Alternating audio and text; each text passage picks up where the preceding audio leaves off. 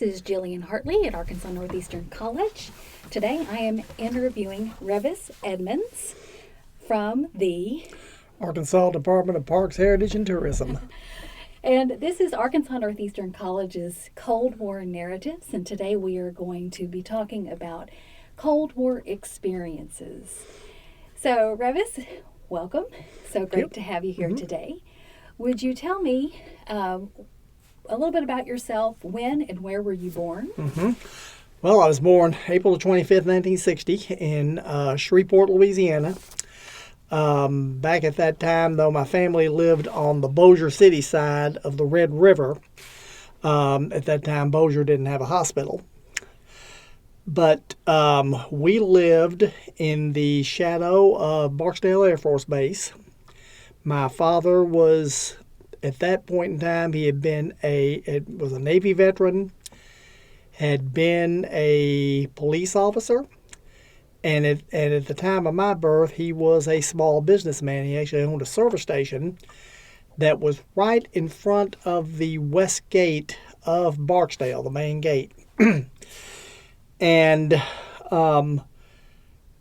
my dad was originally from between Arcadia and Gippsland, Louisiana, and if you know anything about that area, that where his home place was close to the spot near Gippsland where Bonnie and Clyde were killed. Oh. Okay, the notorious bank robbers. My mother was a product of Hope, Arkansas. Mom and Dad met when Dad was a police officer in Bossier and she was working in a bank. There was my brother and me. My brother was a teacher and coach. He is retired from public education after serving many years as an athletic director in the state of Georgia. And they are in the process of returning to Arkansas.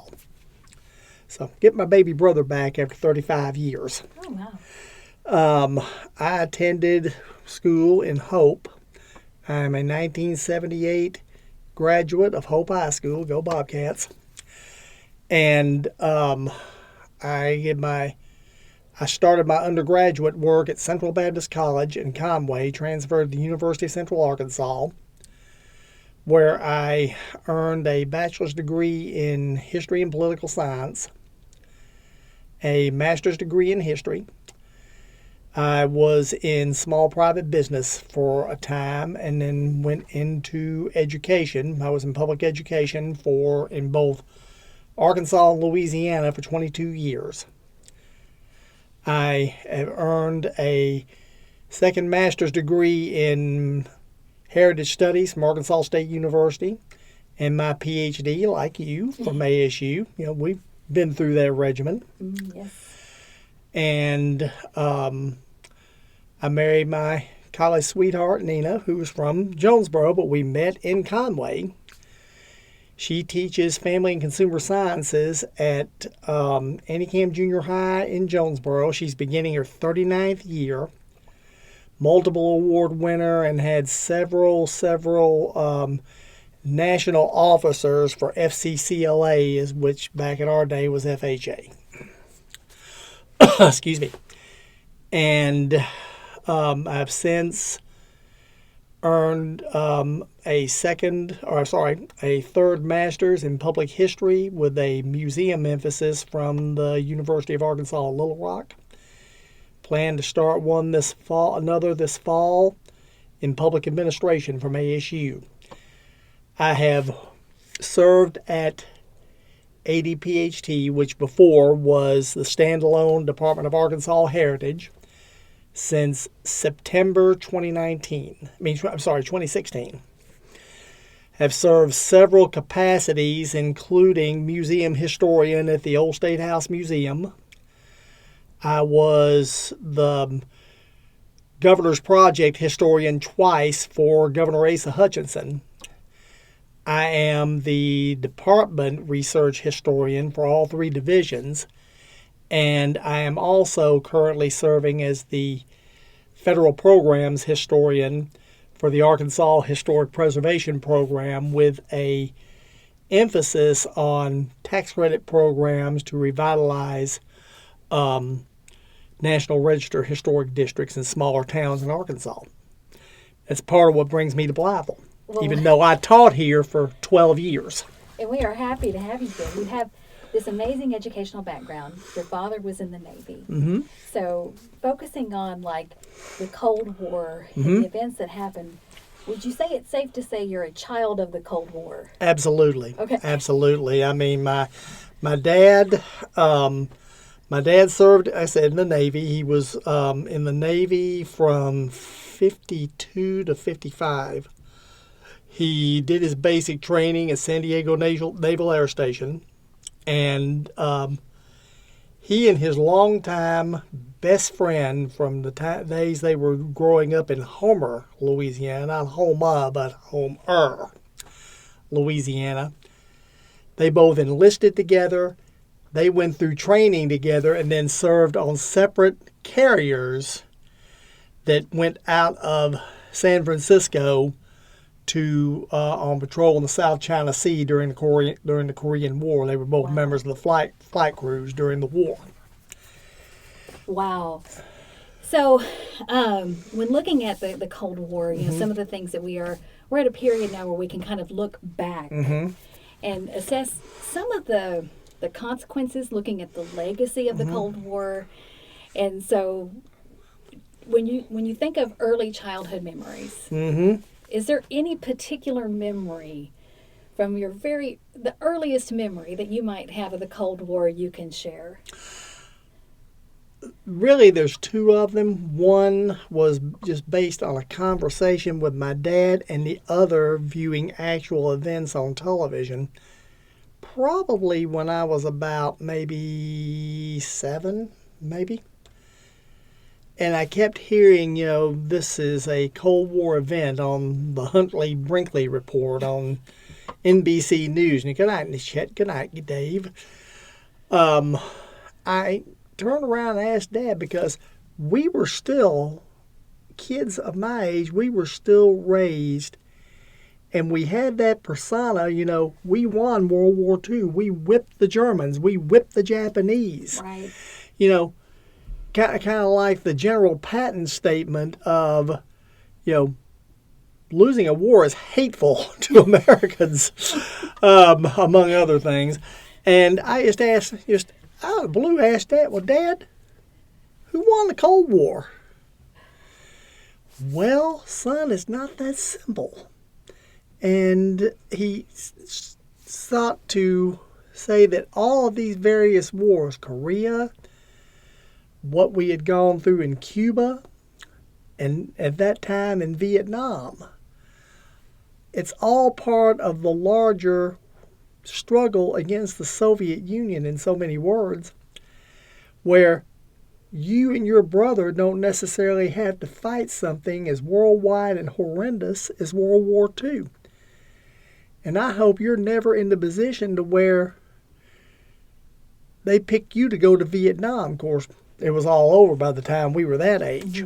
But, and then probably as far as events driven, the first I remember is those images of the Tet Offensive in January 1968. And of course, you know, if you're my age, who can forget 1968? So that's probably my earliest memory of the Cold War.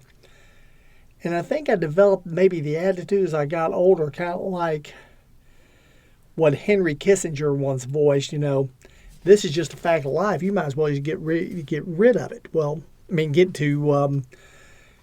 ready to get used to it. Well, you know, nobody told Ronald Reagan that.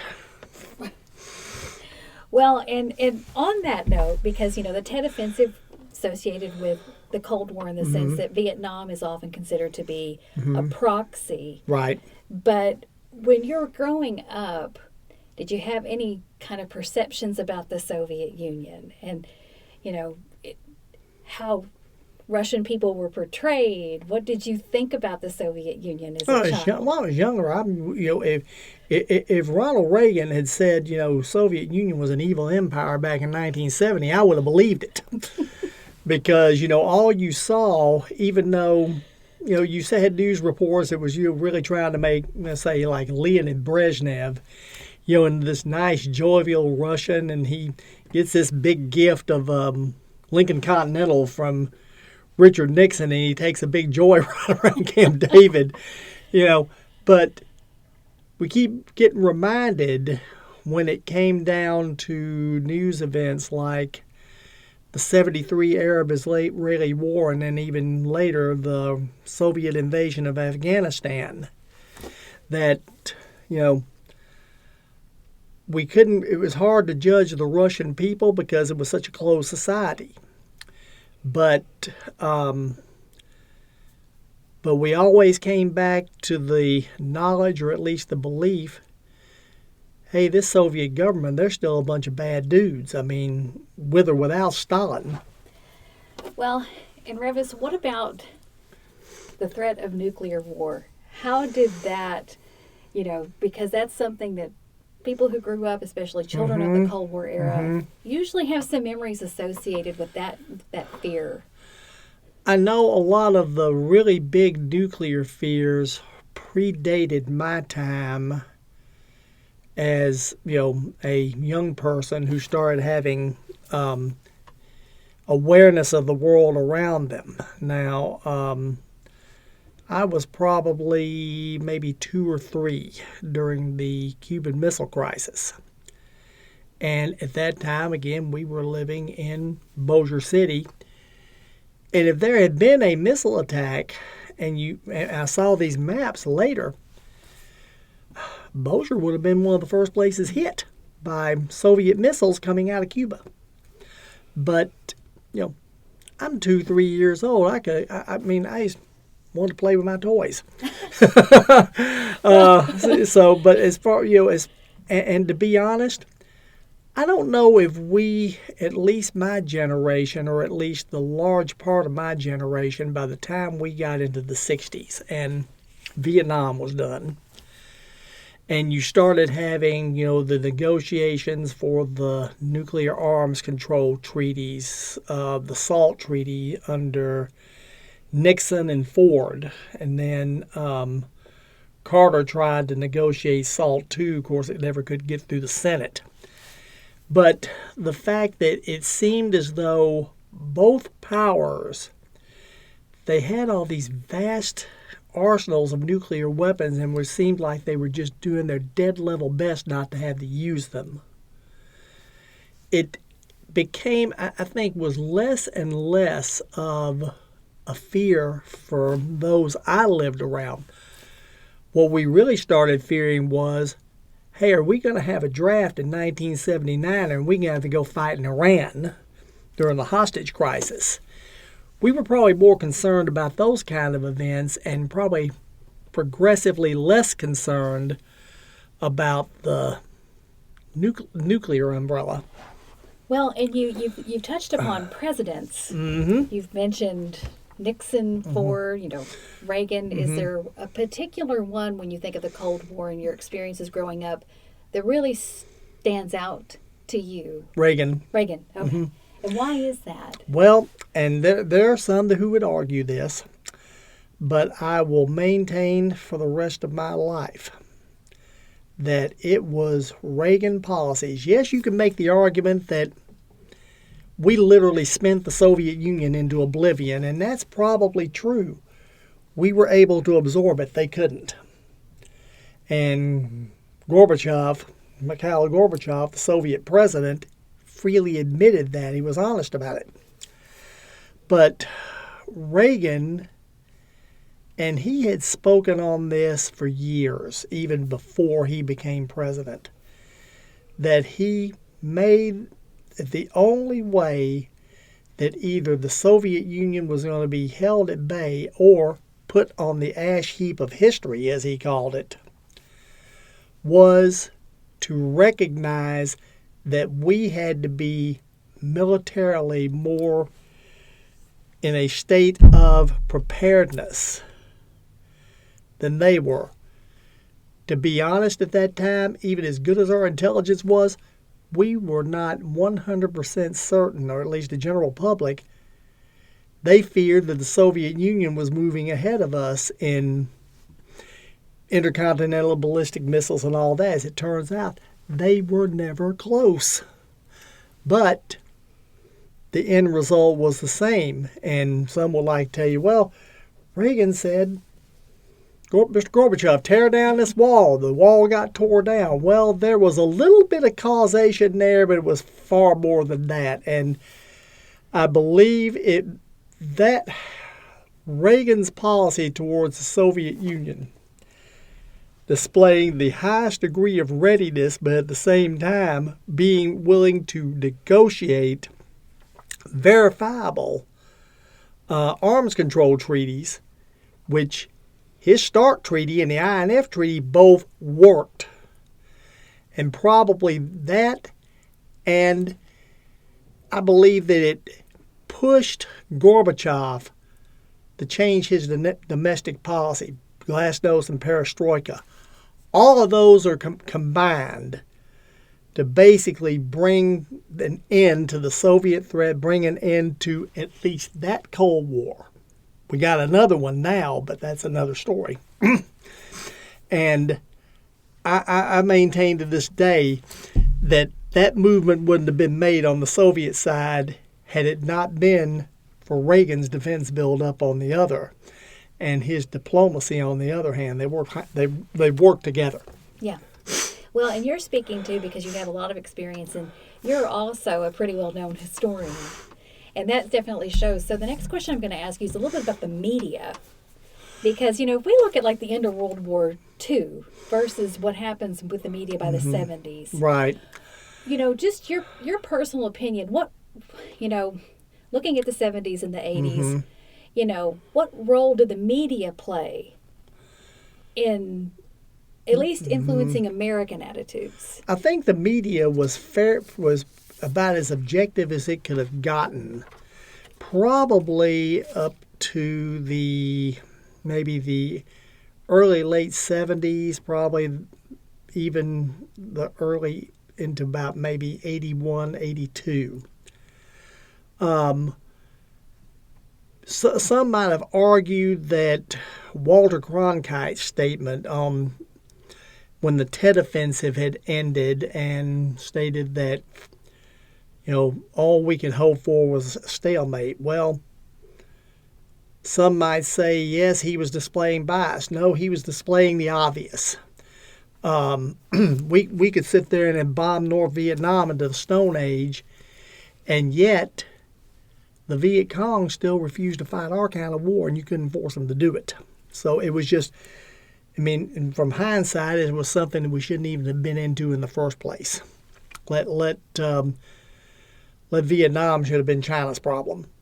But there again, that was the age of containment, and for a lot of our leaders, there was a Soviet boogeyman behind everything. Maybe, maybe not. But I'm going to say, in my view, with regard to how presidents were perceived within their foreign policy choices, I'm going to say probably a decent objective media went by the wayside with the retirement of Walter Cronkite in 82. And after that, you have just spiraled down to where reporters have just literally become editorialists on the air. They don't even make the they really don't make even the pretext of objectivity. So you're really relying on commentators more than objective journalists that have molded public opinion, whether you're talking about Cold War issues or the issues that arose after the fall of the Soviet Union, and then with the rise of terrorism and especially today with the flame ups in the Middle East, it's if somebody in the public eye is giving an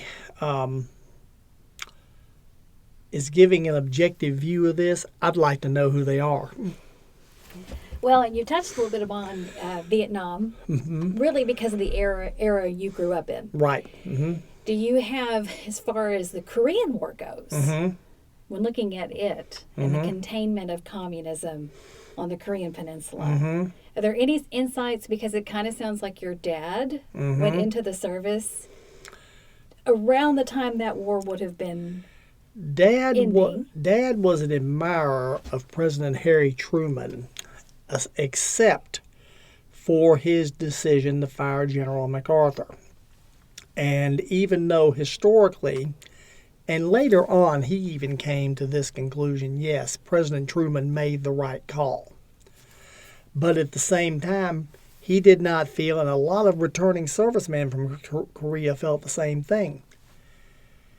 Yes, he couldn't tolerate MacArthur's insubordination, but at the same time,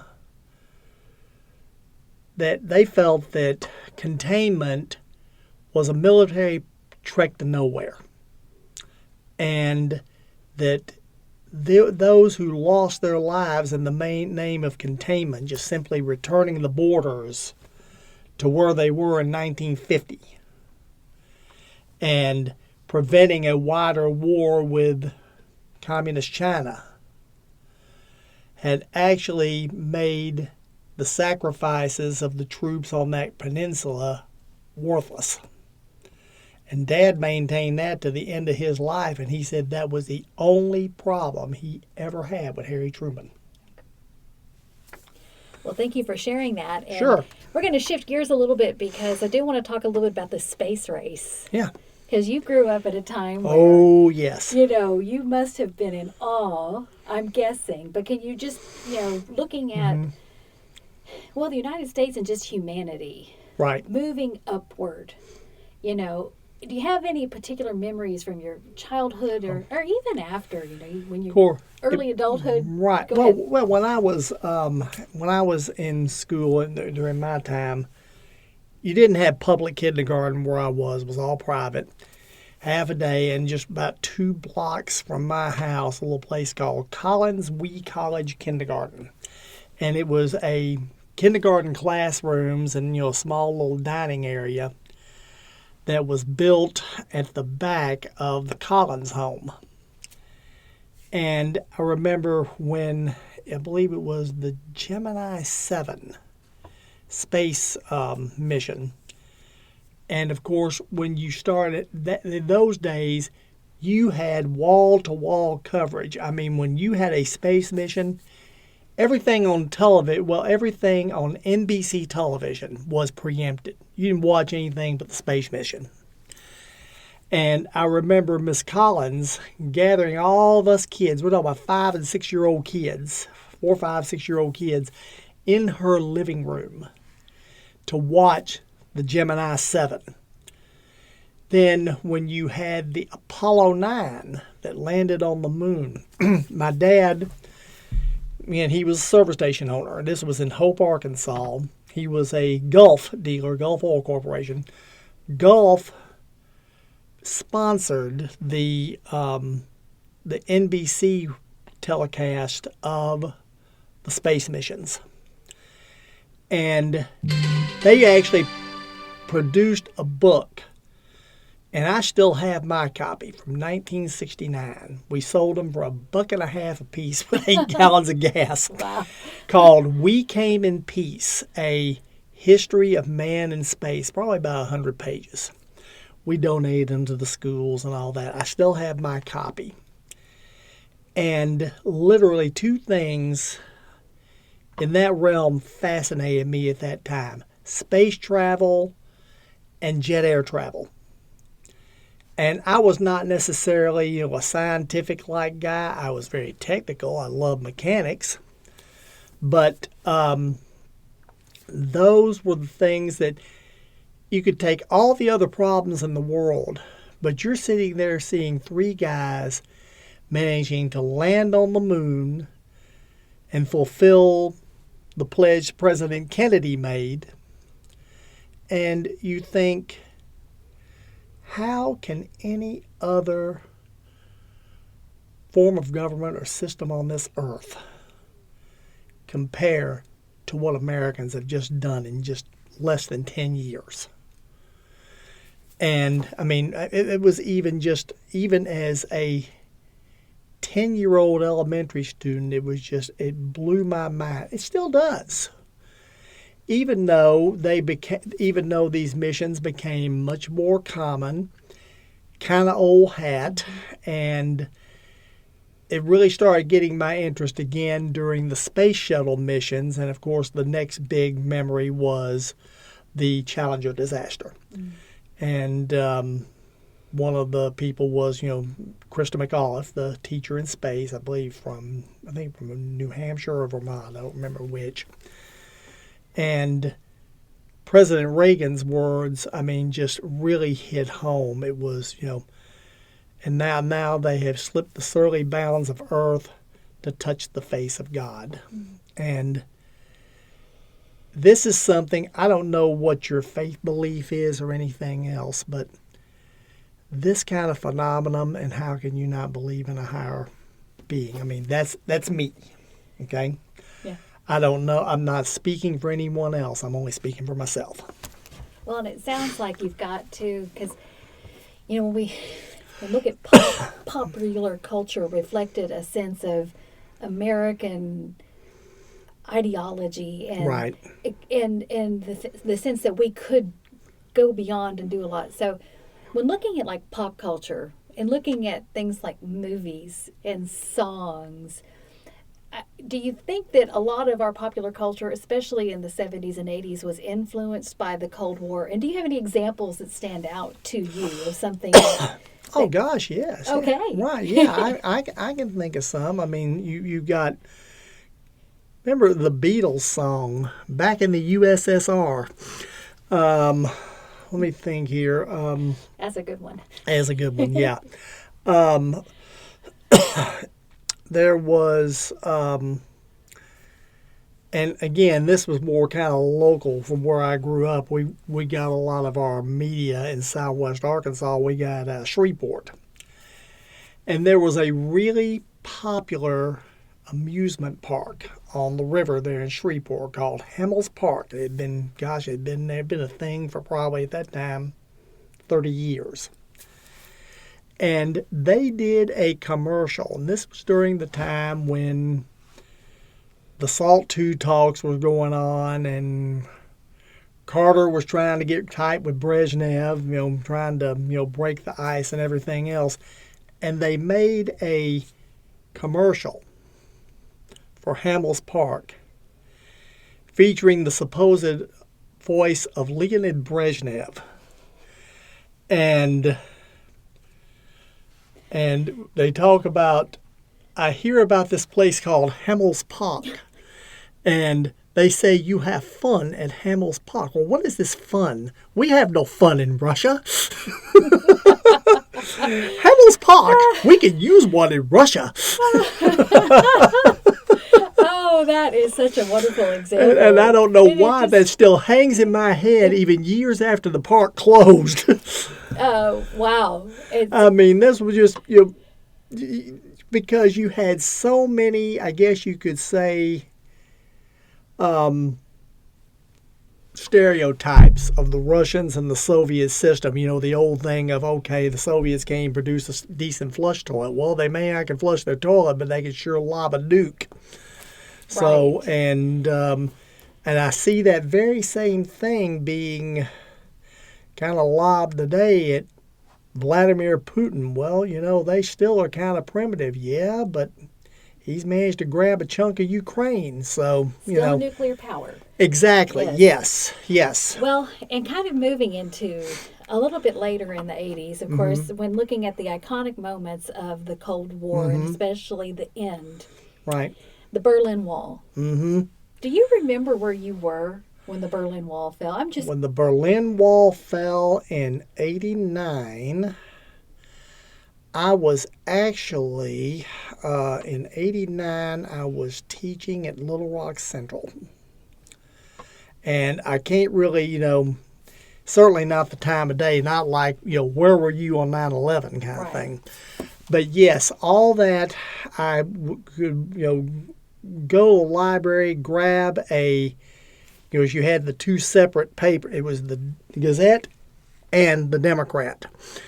And this kind of thing was just splashed all over. And then we did have some closed circuit televisions that we were able to at least do some of that media footage on. I think it was Channel 1, I think is what it was called at the time. And students had a lot of questions about that, of course. And now you can see, chunks of the wall. Probably the largest one that has been placed on display as in a museum setting in the United States is just right near President Reagan's grave at the Reagan Library. And people, this generation just can't imagine standing in a city like Berlin. And on one side, it's just covered in graffiti. The other side's clean as a bell. And I had to emphasize to students at that time, particularly when I taught here at BHS, and we're trying to make links between that era and 9/11. And I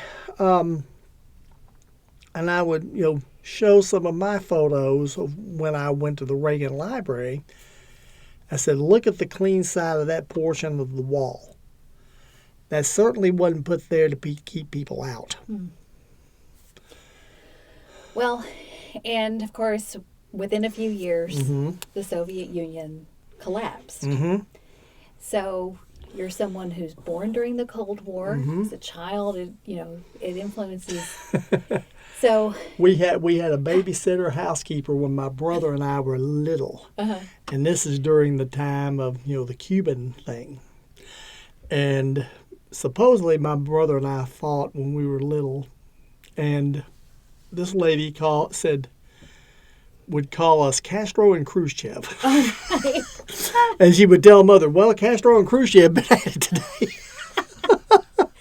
But, so, in so many ways, this is just this part of the culture. This almost ever-present war. Soviet Union collapses. How do you feel? How did I feel? How did you feel? It felt transformative. I mean, the Soviets were always the big boogeyman. Yeah, everybody liked Gorby. But I always kind of held back in my head, yeah, but he's a communist. And if he ever felt like he would have to mash the nuclear button, he would mash the nuclear button. So I kind of tempered, especially when Reagan went to Red Square and he was asked, well, do you think they're an evil empire anymore? Well, they gotten better kind of thing. And that's kind of the way I treated it. And I was very anxious to see how Yeltsin would progress. I think we had a better relationship with Yeltsin than we ever had. And literally the United States dropped a lot of opportunities during that time. I think we could have come into a relationship with the former Soviet Union, with the Russian Federation, that might have avoided now what we're dealing with Vladimir Putin. So I'm not saying that we're in a Cold War repeat, but it certainly has several of those characteristics. Well, and I think that's on a lot of people's minds. So he's old KGB. But and you are a historian. So this question is one in which, Soviet Union collapses, but suddenly there's a lot of records that we have that are available from the other side. Oh gosh, I mean, you have the movie Stalin, literally filmed inside Stalin's old dachas, even inside the Kremlin. They were opening the old KGB archives. And Robert Duvall he said to this day he is still awed by the history he took in when he was playing the role of Stalin. But the opening up and the understanding of the Soviet Union, you know, as far as what you were taught in school, 60s and 70s, with the knowledge that came to light after the collapse of the Soviet Union. Right. Do you see anything that you were taught maybe when you were younger that maybe wasn't as accurate after you had access to the knowledge of the other side? Well, certainly the degree of the supposed missile gap, which that missile gap, yeah, it was pretty wide, but in our favor. And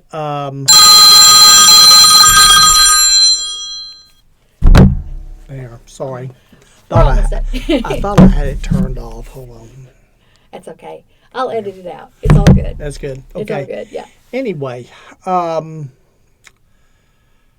and of course the extent that when the Soviets had been backing up proxy regimes throughout the world, particularly they were interfering in the former Portuguese colonies in Africa, in the Horn of Africa in the years 74, 75, and so forth. But they were using the Cubans as their proxies. And it just made it look like, okay, they've got a lot more influence. We got some stuff to fear over there. But as it turned out, well, their power, and certainly Cuba's, was a lot more rickety than we imagined. But then we saw what went on in the invasion of Afghanistan. And it seemed like they were just mowing over the Afghans like a steamroller. As it turned out, we never felt as though, could they have experienced anything like Vietnam? Well, they did, and even, I believe, Yuri Andropov, who headed the KGB for all those years and succeeded Brezhnev as general secretary, he actually feared that the Afghan Mujahideen, even before we started giving them just tons and tons of military aid, he feared that they would wear down the Red Army to the extent that the Viet Cong did with us. I mean, this was, gosh, Andropov was probably one of the most hardline of all hardliners. And yet he had misgivings about the decision to invade Afghanistan. And as it turned out, well-founded. Yeah. And so you've given us a lot of examples about how the Cold War shaped your worldview. Sure. And, you know, as far as the Cold War goes, are there any other specific memories you would like to share? Well, of course, I had several family members who served during that period. My uncle from Barksdale, who was Chief Master Sergeant, Chief of Chiefs, he did, even though he had served in Korea, and at one point had even been dispatched down to the Dominican Republic for a time during the incursion there in '65. But he was sent to Southeast Asia in I think it was the early part of 1969 for 1 year. So it was stationed at Cuban Air Base in Thailand, right along the border with Vietnam and Cambodia. And of course, Cambodia was starting to get just really, really, really ugly. And as close as his installation was to the border, even though it was an administrative role, there was always that fear from our government that any kind of accidental or intentional incident on either side of the border, particularly with the way that the Khmer Rouge always tried to poke the bear, they feared it could spill over into Thailand, and that is what my mother and what Uncle Wesley's wife and family always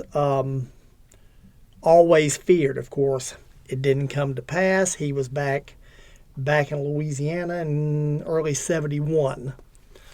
But I think always when you started having these localized conflicts like that that were complete byproducts of all this great power rivalry, the fear was, is it going to spill over into a wider conflict? Well, that kind of fear, even when the Cold War ended, that kind of fear hadn't changed. You had to look any further than the Middle East. Everyone is fear, okay, what's Iran going to do? What's Hezbollah going to do?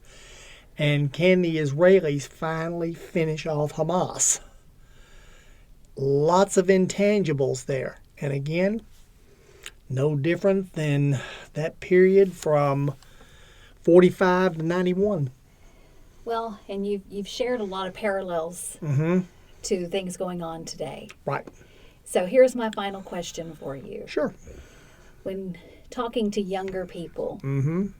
what would be just one or two of the main lessons you would want them to learn from the Cold War for this century, for them to think about and consider? Well, sometimes, and it's the last resort we want to go to. But the Cold War illustrated, number one, the limits and sometimes deficiencies of a containment policy. In other words, the hold the other side back, because it ignores one particular dynamic. That other side don't want to be held back, or it wouldn't have moved in the first place. So much of that depends less on their intents and strength and more on your willingness to use the strength that you have and to build it up. Now, how successful was containment of communism in and of itself? Well, in my mind, it's at one point when you started having more of an interest or a desire by this country to use its military strength as fully as possible, then the need for containment was lessened because the adversary had to weaken itself in order to just survive. And I do wonder what I saw that same mistake being made during the early days of the war in Afghanistan. We weren't going in with just maximum force like we had in the Gulf War and just knock the thing out in 100 days or 100 hours or whatever. Instead, we go into Afghanistan with the CIA and we literally pinprick and give the enemy time to get across the border. Well, similar to what had been originally done both in Korea and in Vietnam. And I think the lesson, and especially we're fighting, today you're fighting armies that are forces that are even more irregular than organizations like the Viet Cong. I mean, the terrorist groups in the Middle East they don't just blend into the population. They use the population as shields. They use them as a weapon of war. So when we start talking about let's hold them back, let's make a deal, ceasefire, da da da da da. I think in this case, we're so far away from the Cold War that we've forgotten the lessons of the limits of that kind of defense and foreign policy. And you ultimately have to go in, like we did in the Gulf War, with overwhelming force and take out the common enemy. And is that neat? No. Do people die? Yes. But what kind of casualties are you willing to trade for one outcome or the other? That's the question that never really got answered during the Cold War. And I think to a large extent, our policymakers and even many of our own citizens have either forgotten those lessons or they never learned them in the first place. And that's what makes all this so fraught with peril. Never let it, you and I both know, history repeats itself, and it's doing it now. It certainly can, yeah. Cold War's become hot. Well, Revis, it's been an absolute honor and pleasure to have you here because you've shared Equally, have shared some wonderful memories, but you've also really shared your expertise with us in analysis in a way that I know so few people can. I still will never forget the day that of 9/11. I was actually starting a honors U.S. history lecture at Blytheville High School on Theodore Roosevelt's big stick policy. I have another teacher come into the room and said, "You've got to turn the TV on Fox." What do we do? What's going on? Turn the TV on Fox. Well, we have a few relationships we could make to early 20th century foreign policy, but yet it produced a whole lot more questioning and debate among both faculty and students. And I think that still continues even in a different era. Well, and a follow-up to that, too, because for those of us who lived when the Soviet Union collapsed in the 90s, there was almost a sense of everything seems so great now. We're finally, we don't really have any big enemies. Right. The economy is good. And the 9/11, you're right. There's very few people I know exactly where I was. And China was beginning to start getting feisty again. Yeah.